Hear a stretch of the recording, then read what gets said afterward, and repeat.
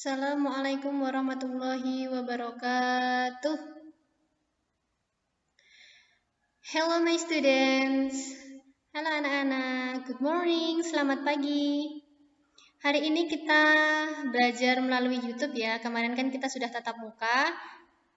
PR-nya sudah dikerjakan ya. Untuk yang terakhir kemarin tematik pembelajaran 1. Sebelumnya kita akan mulai dulu dengan murojaah atau mengulang hafalan surat Al-Qiyamah. Kemarin kita sudah sampai ayat 10. Kita coba murojaah terlebih dahulu, kita ulang lagi hafalannya. Kita ta'awudz basmalah bersama-sama. A'udzu billahi minasyaitonir rajim.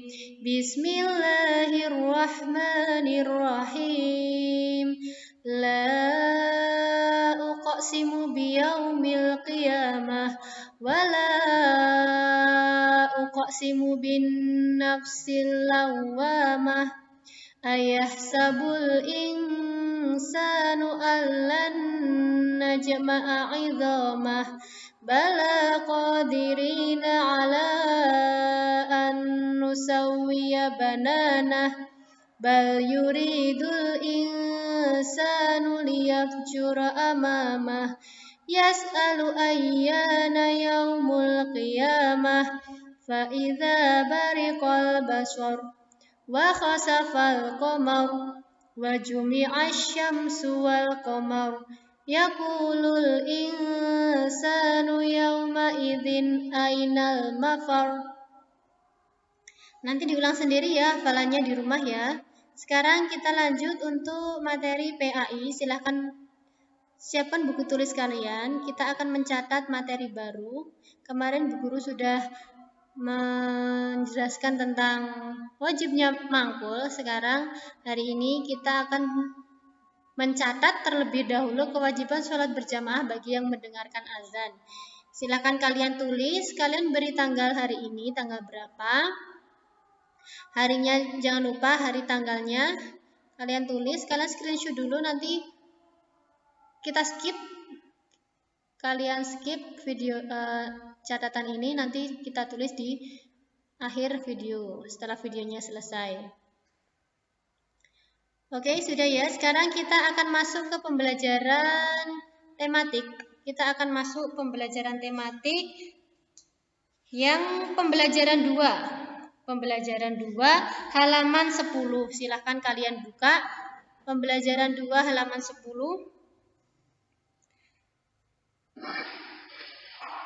Nah ya, kita sudah mempelajari kemarin bahwa matahari itu adalah sumber energi terbesar di bumi.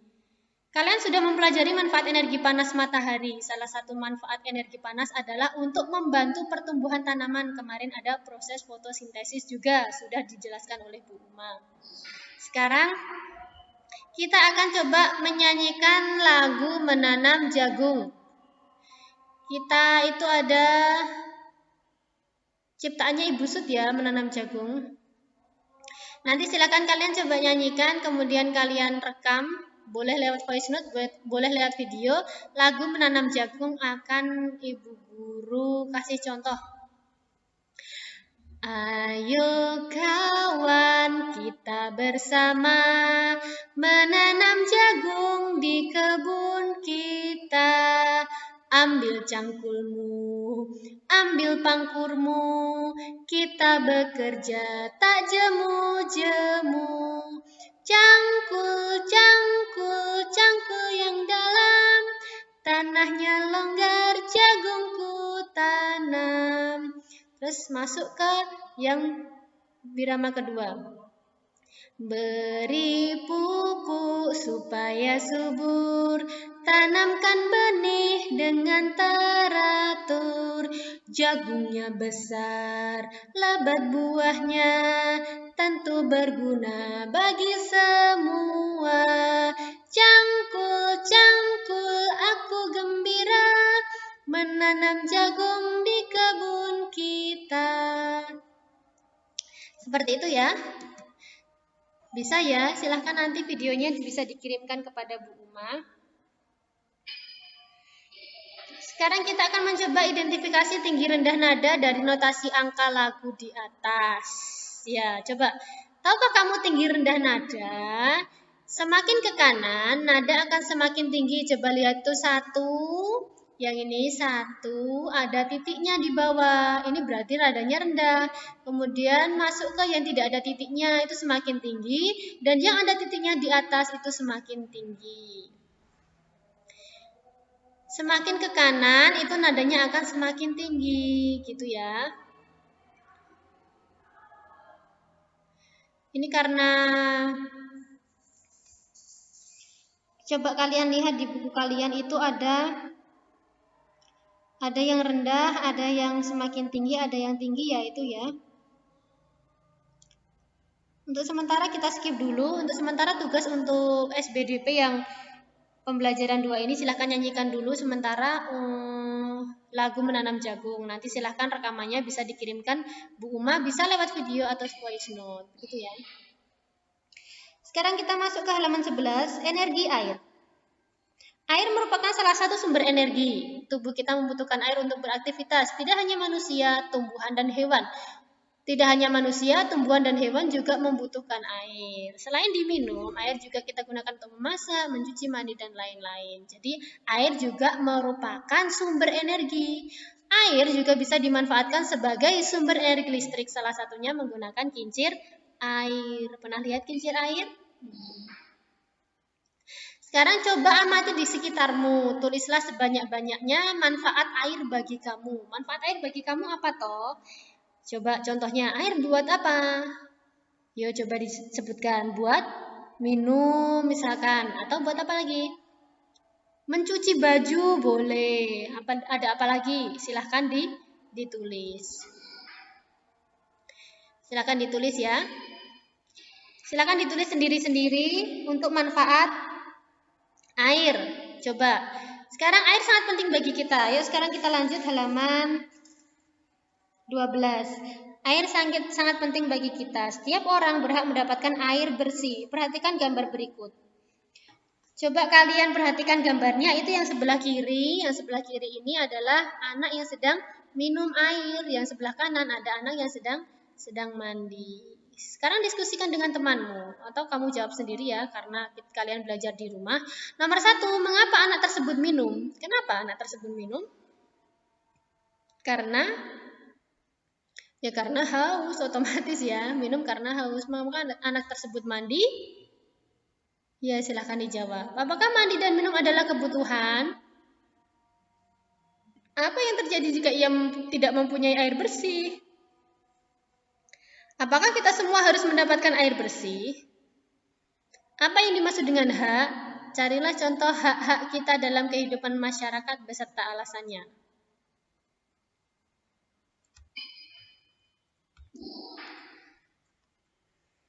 Mengapa anak tersebut minum? Ya, minum karena haus dan membutuhkan air untuk beraktivitas. Mengapa anak tersebut mandi?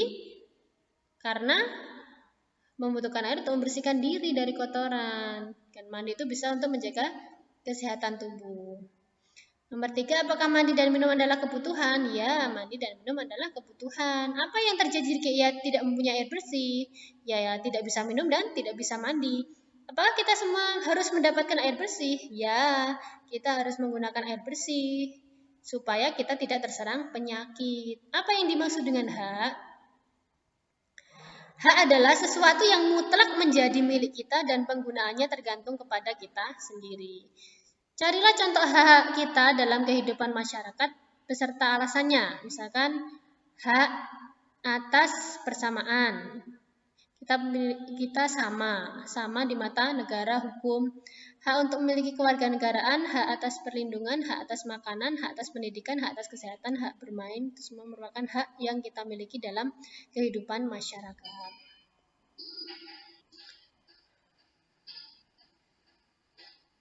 Ya, sekarang silakan coba kalian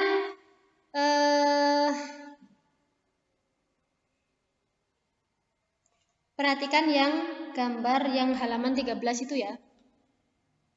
Halaman 13 yang atas itu setiap orang berhak mendapatkan air bersih. Untuk itu setiap anggota masyarakat juga harus melaksanakan kewajibannya dengan baik. Coba lihat gambar A. Yang gambar A itu membersihkan sungai. Membersihkan sungai itu merupakan apa? Merupakan kewajiban. Kita punya hak untuk mendapatkan air bersih, tapi kita juga mempunyai kewajiban untuk membersihkan selokan-selokan, saluran-saluran air, sehingga air bisa mengalir dengan baik. Kemudian yang gambar B, menutup keran jika air di bak telah penuh. Menutup keran juga merupakan kewajiban. Kita juga punya kewajiban untuk menghemat air begitu. Sekarang coba tuliskan dalam diagram berikut. Apa itu H? H itu apa sih? H itu apa? Sekarang H itu apa? Kalian artikan, terus kalian coba cari contoh yang merupakan H dan yang bukan merupakan H.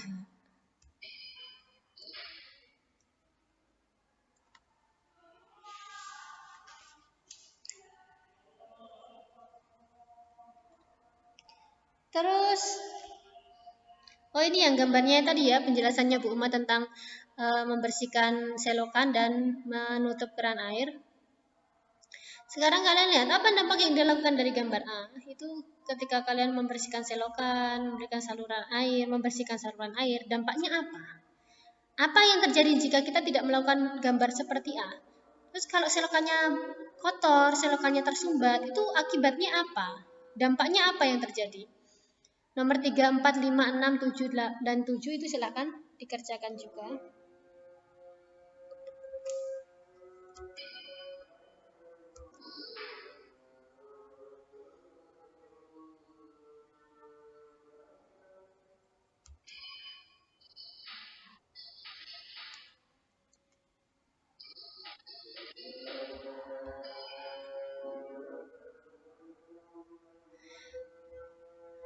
Perhatikan fokus di nomor 6. Apa yang dimaksud dengan kewajiban? Kewajiban adalah sesuatu yang harus dilaksanakan.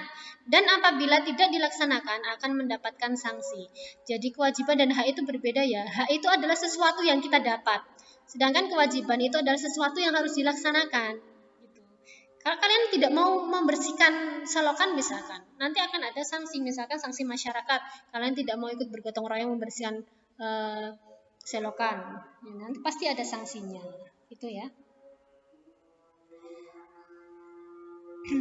Sekarang coba perhatikan yang halaman 15. Ini nanti juga diisi ya anak-anak ya.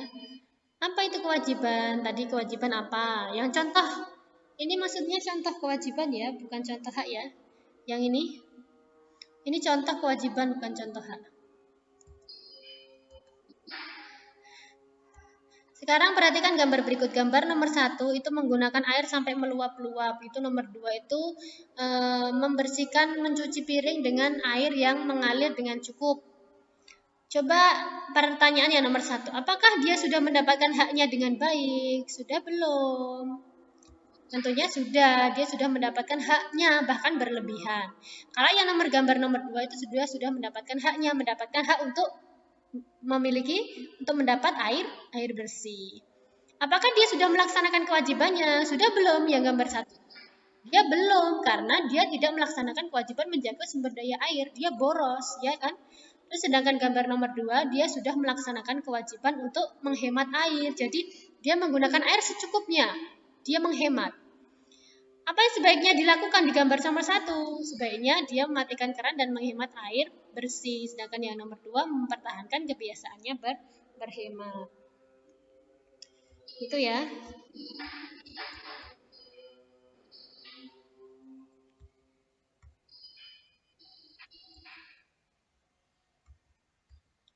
Itu untuk pembelajaran 2. Sekarang yang halaman 16, 17 sampai 18 itu kita skip karena matematika sudah masuk ke pelajaran tersendiri. Sekarang kita masuk ke pembelajaran 3.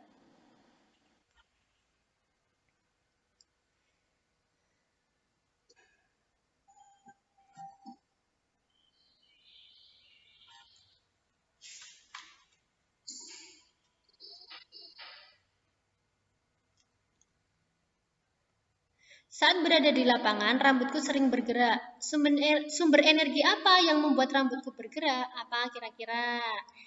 Ayo coba. Iya, benar sekali. Angin. Sumber energi apakah yang membuat kincir angin bergerak? Apa? Pinter. Ya, coba kita baca bersama-sama. Siti memiliki kincir yang terbuat dari kertas. Ia senang memainkannya. Kincirnya berputar jika tertiup angin. Siti belajar membuat kincir angin dari ayahnya. Menurut ayahnya, kincir angin yang sebenarnya bisa digunakan untuk menggerakkan alat penumbuk padi atau gandum.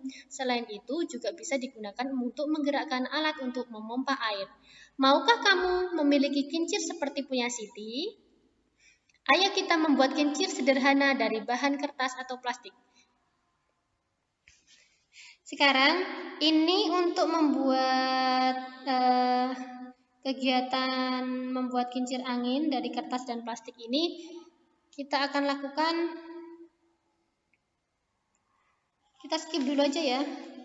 Kita tidak usah membuat kincir angin. Cukup perhatikan bagaimana cara membuatnya. Dan Bu Guru akan memberikan gambaran. Ini ke kalian untuk kincir angin dari kertas, kalian sudah pernah membuat kayaknya sekitar di kelas 2 atau kelas 3. Insya Allah semua bisa membuat ya. Sekarang kita coba lihat di kincir angin yang dari plastik. Seperti ini ya cara membuatnya. Gunting botol plastik menjadi 4 bagian. Menjadi 4 bentuk persegi untuk baling-baling.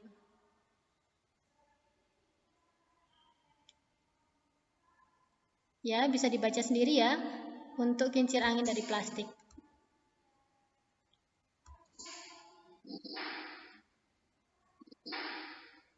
Sekarang bawa kincir anginmu yang terbuat dari kertas keluar kelas. Kalian sudah pernah bikin ya? Buatlah kincirmu berputar dengan cara membawanya berlari atau ditiup. Terus kemudian kita coba yang bawa kincir airmu yang terbuat dari plastik keluar kelas, tuangkan air ke bagian atas baling-baling, perhatikan apa yang terjadi. Persamaannya untuk kedua kincir dapat bergerak karena adanya energi kinetik. Perbedaannya, kincir air digerakkan oleh air, kincir angin digerakkan oleh angin. Perbedaannya itu ya.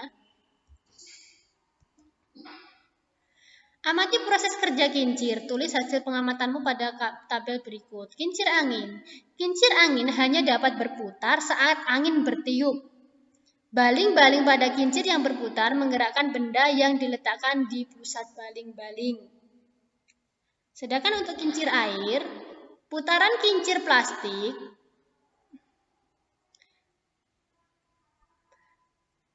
paling kencang adalah kincir yang dialiri air dari keran yang dibuka penuh. Maksudnya ini kincir air. Putaran kincir air paling kencang adalah kincir yang dialiri air dari keran yang dibuka penuh. Baling-baling pada kincir yang berputar menggerakkan benda yang diletakkan di pusat baling-baling. Ini kita skip ya untuk menulis hasil laporan.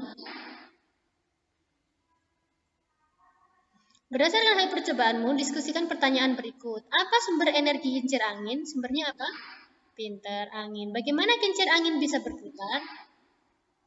Cara kerja kincir angin adalah pertama, hembusan angin yang mendorong daun atau sayap pada kincir angin tersebut, kemudian poros ikut berputar mengikuti arah hembusan angin. Apa manfaat kincir angin dalam kehidupan sehari-hari?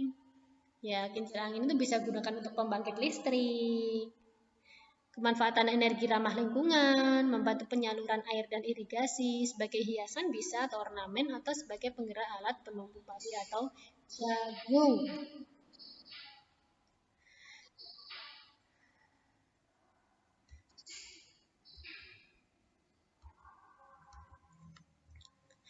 Oke, demikianlah untuk pembelajaran kita pada pagi hari ini. Kita sudah mempelajari Al-Qiyamah 1-10, kemudian ada wajibnya mendatangi sholat berjamaah ketika azan. Dan terakhir adalah pembelajaran 2 dan pembelajaran 3. Coba lihat ini. Saya tambahkan untuk kincir airnya ya. Ini kincir anginnya. Ini kincir air ya. Ini digerakkan oleh air. Jadi deras air dalam suatu aliran itu sehingga menggerakkan kincirnya. Ini kincir air. Kalau ini kincir angin. Kalau di Indonesia insya Allah ada di wilayah mana gitu kincir anginnya.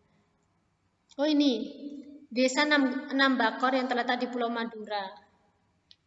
Terkenal dengan garam dan tambak garam dan ikannya.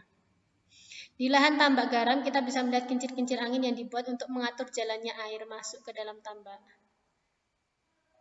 Ya, gitu ya. Demikian yang dapat Ibu sampaikan pada hari ini. Apabila ada kurang lebihnya, Ibu mohon maaf yang sebesar-besarnya. Thank you so much for your attention. Terima kasih atas perhatian kalian. See you next meeting. Sampai jumpa di pertemuan yang akan datang. Wassalamualaikum warahmatullahi wabarakatuh.